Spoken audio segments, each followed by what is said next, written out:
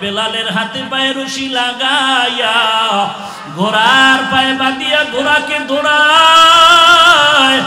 আর ওই বেলালের রশির টানে টানে আরবের উত্তপ্ত গরম বালু, ওই বালুতে বেলালের পিঠের চামড়াগুলো পুড়িয়া যায়। বেলাল ডাক দিয়া বলেন, ও মালিক, দুনিয়াতে কষ্ট দেয় শুধু ঈমানের কারণ, আয় আল্লাহ তুমি ধৈর্য ধারণ করার তৌফিক দাও। দুনিয়ার কষ্ট সহ্য করা সম্ভব, জাহান্নামের এক সেকেন্ডের আযাব সহ্য করা সম্ভব না। বেলালের কান্নার আওয়াজ এত বিকট হয়ে গেল, রাস্তা দিয়ে হযরত আবু বকর হেঁটে যায়। আবু বকর বলে, উমাইয়া বেলাল রে আর মারিও না, বেলালকে আমার হাতে দিয়া দাও, তোমাদের লাইনের এক গোলাম আমার কাছে আছে, নিয়ে যাও। বলে না, বলে তো বেলালকে বিক্রি করো, বেলালকে খরিদ করে আমি নিয়ে যাই।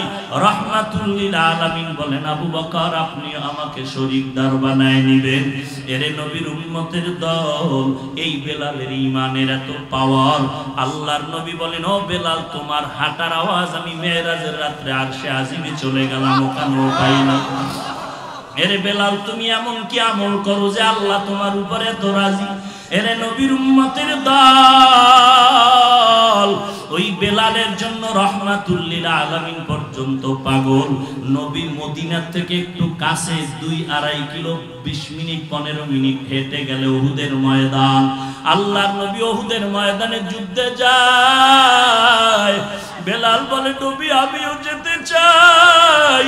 মায়ার নবী বলেন, না বেলাল না, যুদ্ধের ময়দানে যাওয়ার দরকার নাই, মসজিদে নববীতে আযান দিয়ে নামাজ আদায় করো। বেলাল মসজিদে আযান দেয়, হাইয়া আলাস সালাহ হাইয়া আলাল ফালাহ। এমন সময় কে যেন কানের গোড়া আওয়াজ দিছে, উহুদের ময়দানে নবী নাই, উহুদের ময়দানে নবী নাই, নবী নাই। বেলাল আযান বন্ধ করে উহুদের ময়দানে দৌড়ায়, উহুদের ময়দানে দৌড়ায়। যেই বেলালের মাথায় টুপি চেপে ধরে গোসল করে, গোসলের সময় টুপি ফালায় না, ওই বেলাল এখন আযান বন্ধ করে টুপির দিকে খেয়াল নাই, উহুদের ময়দানে দৌড়ায়। লোকেরা বলে, বেলাল দাঁড়াও, আযান কে দিবে? বেলাল বলে, আযান দিতে আমার নবীর মুহাব্বতের জন্য, সেই নবী যদি না থাকে আমি বেলালের কণ্ঠে আর আযান হবে না। এরে নবীর উম্মতের দল, খেজুরের বাগানে এক নবীর আশিক পানি দিতেছে, হঠাৎ করে শুনে নবী নাই। আল্লাহর বান্দা পালতি ফালাইয়া পাত্রটা ফালায় আল্লাহর কাছে কান্না করে বলে, মালিক এই দুটো চোখ আমি রিজার্ভ করে রেখেছি, আমার মায়ার নবীকে দেখি আমি তৃপ্তি নিব। ওই নবী যদি না থাকে আমার চোখ রেখে লাভ নাই, আমাকে অন্ধ বানায় দাও, কারণ এই চোখ দিয়ে যদি আমি নবীকে দেখতে না পাই আমার এই চোখের কোনো মূল্য নাই। এরে নবীর আশিকের দল, ওই নবীর সুন্নতকে কেমন করে জবাই করো রে যুবক? পায়ে হাত রেখে বলি, আর দাড়িটা কাটিস না রে যুবক, মায়ার নবীর সুন্নতের মালাটা গলায় লাগায় দাও। আমার নবীর সুন্নত এত সুন্দর, এত সুন্দর, না জানি আমার নবী কত সুন্দর। গর্তের পিপিলিকা কাঁদতেছে মদিনার নবীকে দেখার জন্য। এরে মদিনার নবীর আশিক, যেই নবীজির রওজা মোবারকের কিনারায় গেলে আর দুনিয়ার কোনো অন্য কথার খেয়াল থাকে না। हकीकत से तो दुनिया बेखबर है, दुनिया की नुमाइश पर नजर है। नमी गुयाम के अज दुनिया जुदा बाश, बहर कारे के बाशी बा खुदा बाश।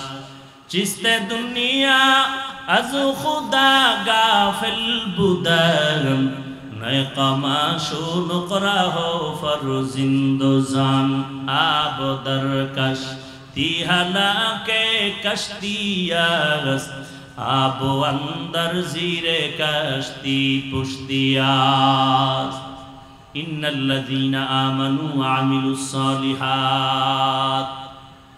জান্নাত যদি পেতে চাও দুইটা গুণ অর্জন করো। এক নম্বরে পরিশুদ্ধ ঈমান, দুই নম্বরে নেক আমল। এখানে আমরা যারা হাজির হয়েছি সবাই তো ঈমানওয়ালা, আমরা সবাই ঈমানদার। এরপরও কেন আমাদের কাছে বয়ান? আজকে তো কোরআন হাতে নিয়ে হিন্দুদের পাড়ায় গিয়া বয়ান করা দরকার ছিল, খ্রিস্টানদের গির্জায় গিয়া বয়ান করা দরকার, কিন্তু তাদের কাছে যাব কখন? সময় নাই। আল্লাহর দেওয়া 12টা মাসের প্রত্যেকটা দিন জোহরের পর, আসরের পরে, মাগরিবের পরে, এশার পরে শুধু মুসলমানের বয়ান করতে হয়। কারণটা কি? কারণ তো একটাই কারণ, আমাদের ঈমান এখনো পরিশুদ্ধ হয় নাই। যতক্ষণ ঈমানটা পরিশুদ্ধ হবে না, যতক্ষণ পর্যন্ত আমল পরিশুদ্ধ হবে না, ততক্ষণ পর্যন্ত বান্দা বয়ান চালু রাখতে হবে। আল্লাহ তাআলা বলেন, ইয়া আইয়ুহাল্লাযীনা আমানু দুখুলু ফিস-সিলমি কাফা। এরে দুনিয়ার মুমিন, তোমরা ইসলামের মধ্যে পরিপূর্ণ ঢুকে যাও। ইয়া আইয়ুহাল্লাযীনা আমানু আমিনু বিল্লাহ। এরে দুনিয়ার ঈমানওয়ালা, ঈমান আনো। ও মুমিনের দল, ঈমান আনো। ঈমানওয়ালা তো আল্লাহর উপর ঈমান এনেছে, আবার কেন আল্লাহ বলেন ঈমান আনো? আল্লাহ বলেন, যারা ঈমানদার দাবি করো পর্দা করো না, তোর ঈমান অশুদ্ধ। ঈমানদার দাবি করো দাড়িটা লম্বা করো না, তোর ঈমানটা অশুদ্ধ। ঈমানদার দাবি করো হালাল খাও না, তোর ঈমানটা অশুদ্ধ। আল্লাহ বলেন আমিনু, তোমরা ঈমানওয়ালা ঈমান আনো, অর্থাৎ তোমার অশুদ্ধ ঈমানটারে পরিশুদ্ধ করে নাও। পর্দা ছাড়া যাদের ঈমান আছে, তোমরা পর্দা করার মাধ্যমে ঈমানটা পরিপূর্ণ করো। যারা দাড়িটা না রাখার মাধ্যমে ঈমানদার দাবি করো, দাড়িটা লম্বা করার মাধ্যমে ঈমানকে পরিপূর্ণ করে নাও। আল্লাহ তাআলা ঈমানওয়ালাকে ঈমানের দাওয়াত দেয়। কারণটা কি? তোমার ঈমানটা অশুদ্ধ, পরিশুদ্ধ করে নাও। এই জন্যই তো আমরা মুসলমানকে বয়ান করি, ঈমানটারে অশুদ্ধ থেকে পরিশুদ্ধ বানানোর জন্য। যদি পরিশুদ্ধ হয়ে যাইতো, তাহলে আমাদের মুসলমানের বয়ানের দরকার হতো না। আমাদের বয়ানের দরকার হতো হিন্দু, বৌদ্ধ, খ্রিস্টানদের কাছে গিয়ে। কিন্তু দুঃখ লাগে ভাই, অনেক ঈমানওয়ালা আমাদের দিকে আঙ্গুল তুলে বলে, নবীজি তাবলীগ করেছেন কাফেরের কাছে, তোমরা কেন মুসলমানের কাছে তাবলীগ করো? কথাটা শুনিয়া মনে বড় ভালো লাগার কথা ছিল, কিন্তু খারাপ লাগলো। কারণটা কি? তুমিও তো হিন্দু পাড়ায় গিয়া যদি এই কথা বলতা যথেষ্ট ছিল। তুমি যদি খ্রিস্টানদের গির্জায় গিয়া বলতা, আমি খ্রিস্টানদের গির্জায় আসছি কালেমার দাওয়াত নিয়া, তোমরাও কাফেরের কাছে যাও। কিন্তু তুমিও তো মুসলমানের একটা মজলিস মিলাইয়া ওখানে চিল্লায়া বললা, নবী তাবলীগ করেছেন কাফেরের কাছে, তোমরা কাফেরের কাছে করো। তোমাকে বলবো, তুমি কেন মুসলমানের কোরআনের কথা বলো? ব্যাপারটা কি? তুমি কেন বেঈমানের কাছে কালেমার দাওয়াত নিয়ে যাও না? বড় আল্লাহর কসম, বাহিরের কথা বাদ দিলাম, আমার সোনার বাংলাদেশের ইতিহাস, যত হিন্দু, যত বৌদ্ধ, যত খ্রিস্টান, যত ইহুদি কালেমা পড়ে মুসলমান হলো, অধিকাংশ খবর নাও তাবলীগওয়ালা, চরমনাই খাঁটি আল্লাহওয়ালা, দেওবন্দিওয়ালাদের হাতে কালেমা পড়েছে। তাবলীগের ময়দানে টঙ্গী গিয়া দেখো, নব মুসলিমদের কাফেলা আলাদা এরকম তাবু লাগানো আছে। ওখানে গিয়া দেখো, টঙ্গীর ময়দানে নব মুসলিমদের কাফেলার মধ্যে হিন্দু, বৌদ্ধ, খ্রিস্টান থেকে কালেমা পড়ে এখানে হাজির হয়ে গেছে নব মুসলমান। তোমরা যারা আজকে উল্টা পাল্টা চিৎকার দিয়া বলো কাফেরের কাছে তাবলীগ করো, আজকে আলহামদুলিল্লাহ জানি না আল্লাহর কি কুদরত, তোমাদের গালিটা থেকেই গেল, আর এদিক দিয়া কালেমা পড়ে হিন্দু মুসলমান হলো। আমাদের লাইনের ওলামায়ে কেরামের হাতে, পীর মাশায়েখদের হাতে আজকে তোমাদের কাছে একজন বিধর্মী কালেমা পড়েছে, একটা প্রমাণও না। हकीकत से तू दुनिया बेखबर है, दुनिया की नुमाइश पर नजर है। কারণটা কি রে বাবা? নবীর সুন্নতের আমল এমন একটা আদর্শ, গোটা দুনিয়ার বেঈমানের সামনে চ্যালেঞ্জ করো। আজকে তোমরা বয়ানে বসলেই গালাগালি ছাড়া বয়ান নাই, বয়ানের পুরো বিষয়টাই গালি, শুরু থেকে শেষ পর্যন্ত গালি, কাফের কাফের ছাড়া গালি নাই। অথচ আমরা যদি গালি দেই, গালির কোনো অভাব নাই। অপরাধ তো কম করো না, আমরা যদি একটা একটা ধরে গালি দেই, গালির কোনো সীমানা নাই। অথচ তোমরা দাঁড়াইলেই হাটহাজারীর হযরতকে নিয়ে গালাগালি করার বলো, আহমদ শফির নামটাও সুন্দর করে বলো না, উল্টা পাল্টা ব্যঙ্গ করে নাম বলো। ওই নাম বলিয়া কাফের বলে গালি দাও, মুসলমান হও নাই বলে গালি দাও। এই রকম একটা একটা করে তোমরা গালি দাও। আর আমাদের ওলামায়ে কেরাম দেওবন্দি কওমি বলো, আমাদের লাইনে যারা আহলে হক পীর মাশায়েখ, আমাদের পক্ষ থেকে গালি দেওয়া তো দূরের কথা, গালির জবাবটা পর্যন্ত আমরা দিতে চাই না। কারণ আমরা আল্লাহর কাছে দোয়া করি হেদায়েতের। দেখা যায় তুমি বান্দা গালি দিয়া মানুষকে তোমার লাইনে নিতে চাইলা, আল্লাহর কুদরত কি আর বুঝাইব রে বাবা। যদিও তোমার কপাল খারাপ, আমরা গালি না দিয়া আল্লাহর কাছে দোয়া করার কারণে আজকে তোমাদের লাইনের বহু ভক্ত দিনের পথে আমাদের লাইনে চলতেছে। ঠিক কিনা বলো? গত বছর মাহফিল করতে দিবে না, বাধা বাধা, এখানে ওয়াজ হবে না, কিচ্ছু বলি না, চোখের পানি নিয়ে বিদায়। আল্লাহর দরবারে কানলাম, আল্লাহ যেই লোকটা কোরআনের মাহফিলে বাধা দিল, তুমি তাকে হেদায়েত দাও।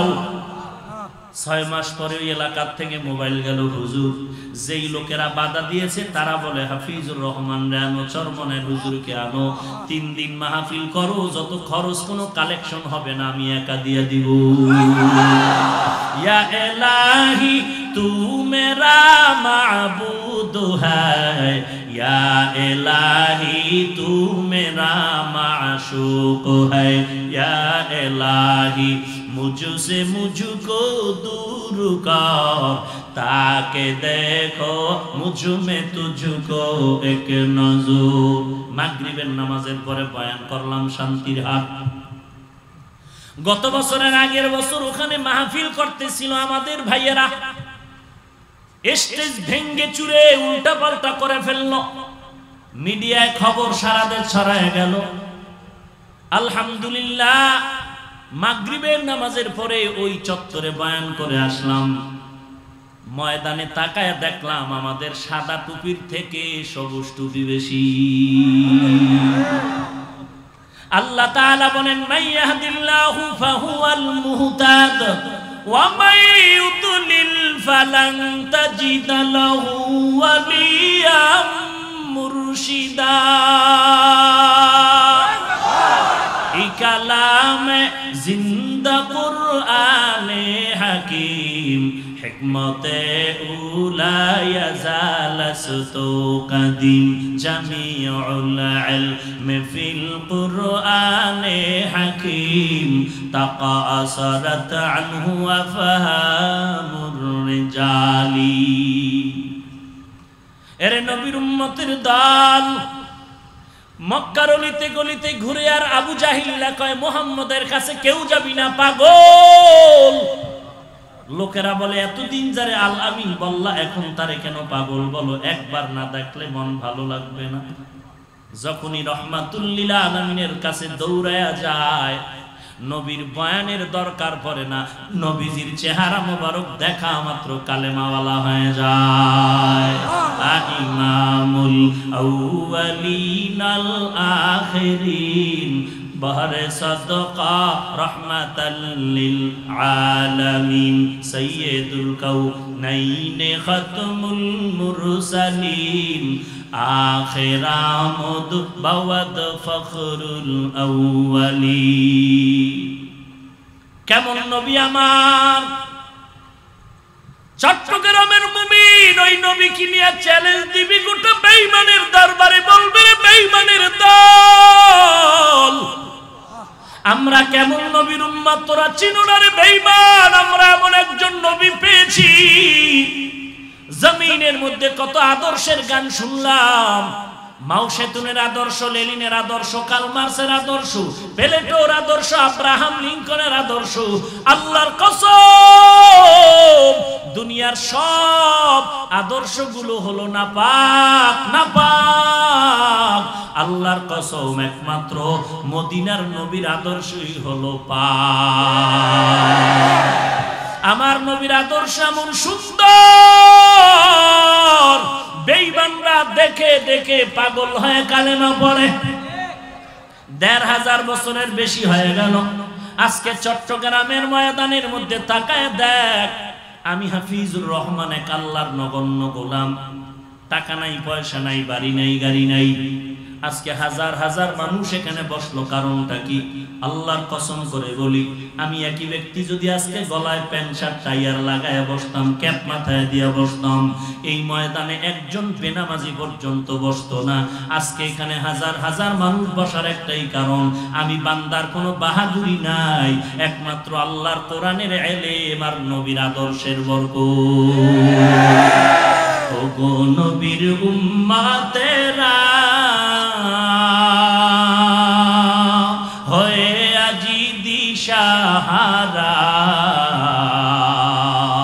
কোরআন হাদিসের চলো যখন যাহা চায় মনে, নবী বিনে কে তারাবে পুলসিরাত মিজানে, নবী বিনে কে তারাবে পুলসিরাত মিজানে।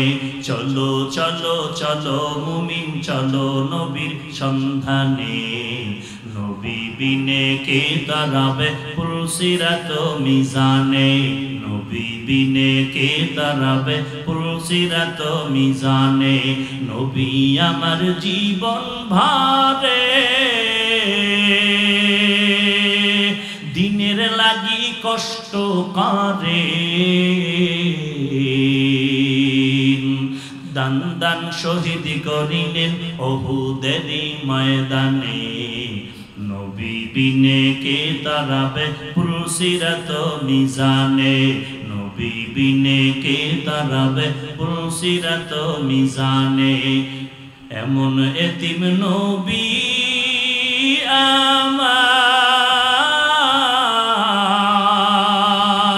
আমার, পিতা মাতা নাই যে তাহার, তারপরেও কত মারা মারলো তাকে দুশ্মনে, নবী বিনে কে তারাবে পুলসিরাত মিজানে, নবী বিনে কে তারাবে পুলসিরাত মিজানে। ওগো নবীর উম্মতেরা হয়ে আজি দিশাহারা, কোরআন হাদিসের চলো যখন যাহা চায় মনে, নবী বিনে কে তারাবে পুলসিরাত মিজানে, নবী বিনে কে তারাবে পুলসিরাত মিজানে। চলো চলো চলো মুমিন চলো নবীর সন্ধানে, নবী বিনে কে তারাবে পুলসিরাত মিজানে, নবী বিনে কে তারাবে পুলসিরাত মিজানে। এরে নবীর উম্মতের দল, আল্লাহর মোহাব্বত নিয়ে বলছি রে যুবক, কোন পীরের দালাল হয়ে বলি না রে ভাই। আমার এক নাম্বার আপন আমার আল্লাহ, দ্বিতীয় আমার রহমাতুল লিল আলামিন। যেই রহমাতুল লিল আলামিন উম্মতেরা তো পাগল। এরে নবীর উম্মতের দল, আমার নবীর তো উহুদের ময়দানে দান দান শহীদ করার কোনো দরকার হতো না রে বাবা। আমার মায়ার নবী তায়েফের ময়দানে পাথর বৃষ্টি নেওয়ার কোনো দরকার হতো না। কেমন মায়ার নবী আমার, তায়েফের ময়দানে কালেমার দাওয়াত দেয়। তায়েফের বেঈমান কাফেরেরা বাচ্চাগুলো লেলিয়ে দিয়ে কয় পাগল, পাথর মেরে মেরে মেরে মেরে তারা দাও। কাফেরের বাচ্চাগুলো আমার রহমাতুল লিল আলামিনের শরীর মুবারকের মধ্যে পাথর বৃষ্টির মতো নিক্ষেপ করতেছে। পাথরের আঘাতে রহমাতুল লিল আলামিনের শরীর মুবারক থেকে রক্ত প্রবাহিত হয়ে গেল। নবীজির জুতা মুবারক আটকায় যায়, সহ্য করতে পারলেন না। আল্লাহ বলেন যাও জিব্রাইল যাও আমার রাহমাতুল লিল আলামিনকে কানতে নিষেধ করো। নবী যদি এখন অর্ডার করে তায়েফের জমিন উল্টায় সব ধ্বংস করে দিব। কেমন মায়ার নবী আমার। জিব্রাইল আমিন এসে হাজির হয়ে গেল। ও পয়গম্বর আপনি আর কাঁদবেন না, আল্লাহর পক্ষ থেকে অর্ডার হয়ে গেল, এখন যদি হুকুম দেন তায়েফের জমিন উল্টায় সব ধ্বংস করে দিই। কেমন মায়ার নবী আমার। আল্লাহর নবী বলেন ও জিব্রাইল আমার আল্লাহকে জানায় দেন আল্লাহ যেন রাগ না করে। এই কাফের বেঈমান আমাকে চিনে না, যদি আজ আমাকে চিনতে পারতো আমার গায়ে পাথর মেরে তাড়ায় দিত। আল্লাহর কাছে আমি আরজি পেশ করি মালিক তুমি তাদেরকে হেদায়েত দাও। ও মালিক তুমি হেদায়েতের নূর সিনায় দান করো। আল্লাহ এরা যেন ঈমানের নূর পাইয়া দ্বীনের খাদেম হয়ে যায় রে মালিক। কেমন মায়ার নবী আমার। নবীজির ব্যবহার এত সুন্দর যে কারণে দুশমন এসেও নবীর বন্ধু হতে বাধ্য হয়ে যাইত। এরে নবীর উম্মতের দল, জান্নাত যদি পেতে চাও জান্নাত বড় দামি জান্নাত, জান্নাতুল ফেরদাউস। এই জান্নাত পাওয়ার জন্য দুইটা গুণ অর্জন করো। এক নম্বরে পরিশুদ্ধ ঈমান, দুই নম্বরে নেক আমল। ঈমানটারে পরিশুদ্ধ কিভাবে করবা আল্লাহ কোরআনের মধ্যে অন্য জায়গায় স্কেল দিয়া দিলেন। আল্লাহ বলেন আমিনু কামা আমানান নাস। ঈমান আনো সাহাবায়ে কেরামের ঈমানের মতো ঈমান। সাহাবায়ে কেরামদের ঈমানের দিকে তাকায় দেখো, তারা ব্যবসাও করেছেন, তারা চাকরিও করেছেন, এত ব্যস্ত, এরপরও তাকায় দেখো ইশরাক বন্ধ করেন নাই, চাষের নামাজ বন্ধ নাই, তাহাজ্জুদ বন্ধ নাই, যুদ্ধের ময়দান তাদের বন্ধ নাই। আবার তাকায় দেখো সারা রাত কান্নার আওয়াজ। রাহমাতুল লিল আলামিন একদিন মজলিসের মধ্যে বলতেছেন আমি নবীর কাছে কেউ কি কোনো হক পাবেন কিনা তাড়াতাড়ি আদায় করে নেন। সবাই আশ্চর্য হয়ে গেল, কেমন মায়ার নবী, তিনি আমাদেরকে বলতেছেন আমরা তার কাছে কোনো হক পাবো নাকি? কেউ যদি কিছু পেয়েও থাকে ভুলে জীবনে তো বলবেন আমি পাবো, কিন্তু এত বড় সাহস নিয়া একজন বান্দা দাঁড়ায় গেল, নবী আমি আপনার কাছে হক পাবো, আমার কাছে আপনি একটা কিছু দিয়েছেন আমি ওটা ফিরায় নিতে চাই। আল্লাহর নবী বললেন ও সাহাবায়ে কেরাম তাড়াতাড়ি আসতে দাও। অন্যরা রাগান্বিত মন নিয়ে তাকায় আছে, এত বড় সাহস, রাহমাতুল লিল আলামিনের থেকে আবার পাওনা আদায় করে নিবে, কিন্তু লোকটা নির্ভয়ে দাঁড়ায় আছে। আল্লাহর নবী বললেন সাহাবায়ে কেরাম আপনারা এর দিকে তাকাবেন না খারাপ নজরে, তাকে আমার থেকে হক নেওয়ার মতো রাস্তা করে দেন। আল্লাহর বান্দা এক কদম দু কদম সামনে আগায় বলে আপনি আমার থেকে কি হক আছে নেওয়ার মতো? বলে নবীজি আপনি আমার গালের উপর একটা চর মেরেছিলেন, ওই চর এই হক আমি আদায় করব। যখন বান্দা নবী বললেন কাছাকাছি চলে আসেন, আপনিও আপনার সেই প্রতিশোধ নিয়ে নেন। আল্লাহর বান্দা যখন নবীর কিনারায় চলে গেল, নবীর সামনে দাঁড়ায় বলেন পয়গম্বর আপনি যখন আমার চর দিয়েছেন এটা তো রাগের না মহব্বতের চর, তখন আমার গায়ে কোনো জামাটা ছিল না, আমি খালি গা বসা ছিল। আল্লাহর নবী বলেন তাই নাকি? বলে হ্যাঁ। নবী এই কথা শোনার পরে নিজের শরীর মোবারকের থেকে জামাটা খুলতেছিলেন। আল্লাহর নবী জামা মোবারকটা যখন উঠাইয়া পিঠ মোবারকটা খালি করতেছিলেন, জামাটা পুরা খুলে ফেলবেন, আল্লাহর বান্দা দৌড়াইয়া পেছনে হাজির। আল্লাহর নবীর গর্দানের নিচে মোহরে নবুয়ত, ওই মোহরে নবুয়তে চুমু খেয়ে বলে নবী গো আমার জিন্দেগীর শোধ আদায় হয়েছে, আমি তো কোনো হক আদায় করার জন্য আসি নাই, মোহরে নবুয়তে চুমা খাইয়া চাই আমার উপরে যেন জাহান্নাম হারাম হয়ে যায়, কারণ জাহান্নামের আযাব আমি সহ্য করতে পারবো না রে নবী। গুনাহগারের জন্য যে জাহান্নামের আযাবের কথা আল্লাহ বলেছেন, আল্লাহর নবী আপনি বলেছেন আজকে জমিন থেকে 9 কোটি 30 লক্ষ মাইল উপরে সূর্য, দিনের বেলা সূর্য ছিল, রাতের বেলা নাই। আল্লাহর নবী বলেন কিয়ামতের ময়দানে সূর্য মাথার উপরে চলে আসবে। কেউ যদি একটা বেতের বাড়ি দেয় সহ্য করতে পারি না, কত কষ্ট পাই, ব্যথা পাই।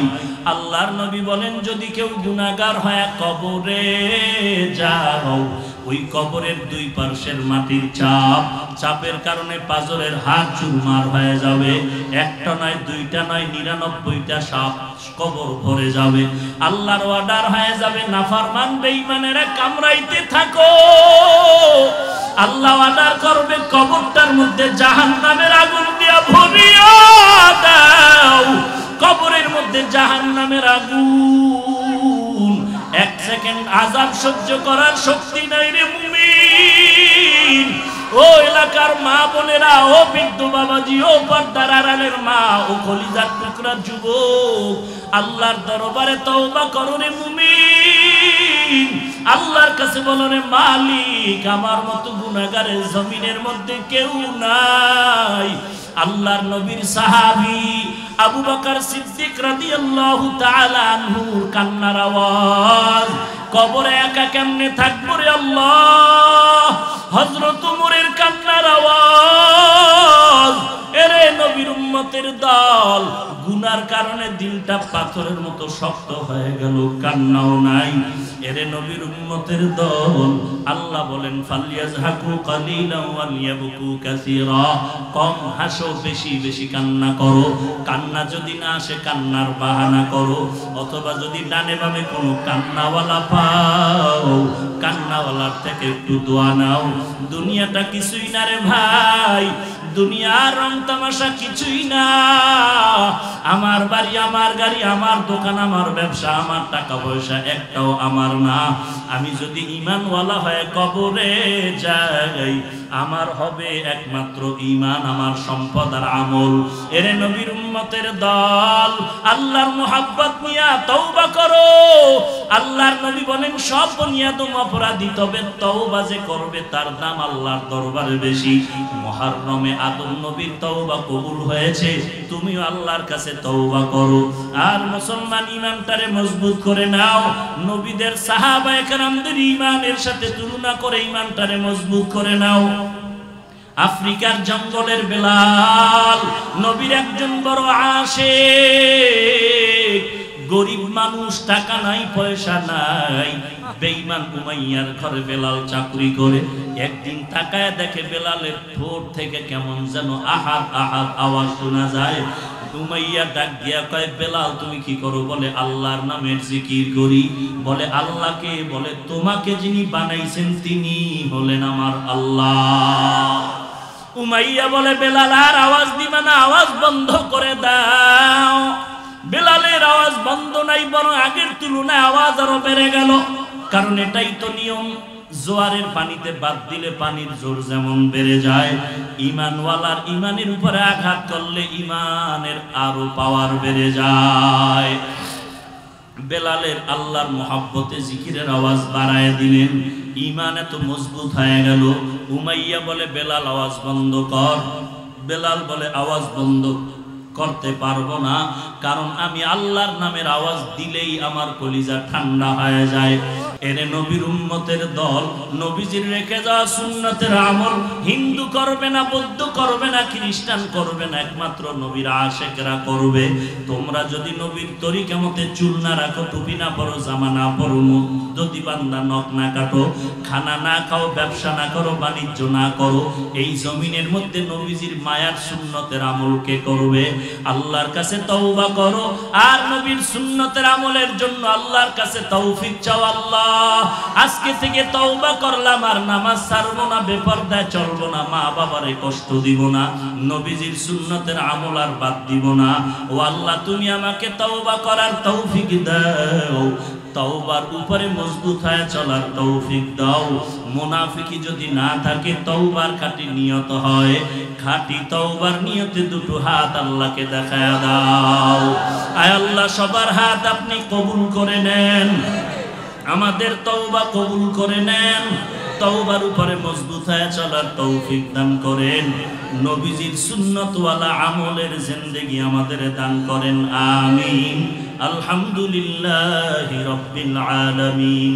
والصلاة والسلام على سيد الأنبياء والمرسلين وعلى آله وأصحابه أجمعين يا أرحم الراحمين يا أرحم الراحمين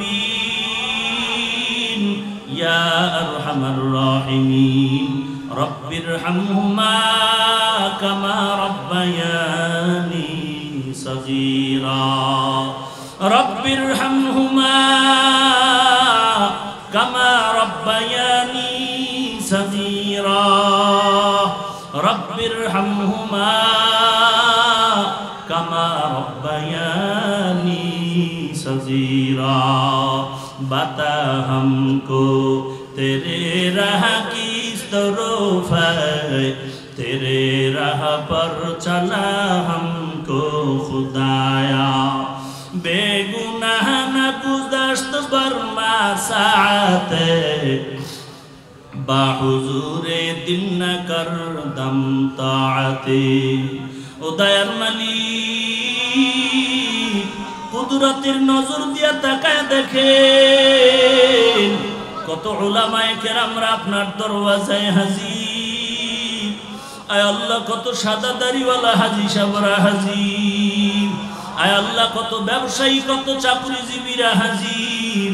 আয় আল্লাহ কত যুবক কত ছাত্র ভাই ছোট ছোট বাচ্চারা হাত তুলেছেন। পর্দার আড়ালের কত মা বোনেরা হাত তুলেছেন। ও দয়ার মালিক কারো হাত খালি ফিরায়া দিয়েন না রে আল্লাহ। দুনিয়াতে আসছিলাম কত সুন্দর জিন্দেগি নিয়া শয়তানের ধোকায় পড়ে গুনাহ করে ফেলেছি রে আল্লাহ। গুনাহের কারণে দেখি আমার হাত না পাক, গুনাহের কারণে আমার চোখ না পাক, আমার জিহ্বা না পাক, আমার অন্তর না পাক। আয় আল্লাহ গুনার কারণে এখন দেখি আমার মতো জাহান্নামী আর কেউ নাই। আয় আল্লাহ নফসের ধোকায় পড়ে গুনাহ করেছি। আয় আল্লাহ জাহান্নামের আগুন সহ্য করতে পারবো না রে মালিক। আয় আল্লাহ গুনাহ নিয়ে কবরে যেতে চাই না, ইবাদতের কিছুই করতে পারি না রে আল্লাহ। পুরাটা জিন্দেগি যেন গুনাহের সাগরে আমি কাটায় দিয়েছি রে আল্লাহ। এ জীবনে না করিলাম বন্দেগি গুনাহ করে কাটাইলাম জিন্দেগি গুনাহ করে কাটাইলাম জিন্দেগি তওবা করে আবার তওবা ভাঙ্গিলাম তওবা করে আবার তওবা ভাঙ্গিলাম অবশেষে খাঁটি তওবা করিলাম অবশেষে খাঁটি তওবা করিলাম। সকলেরই দরজা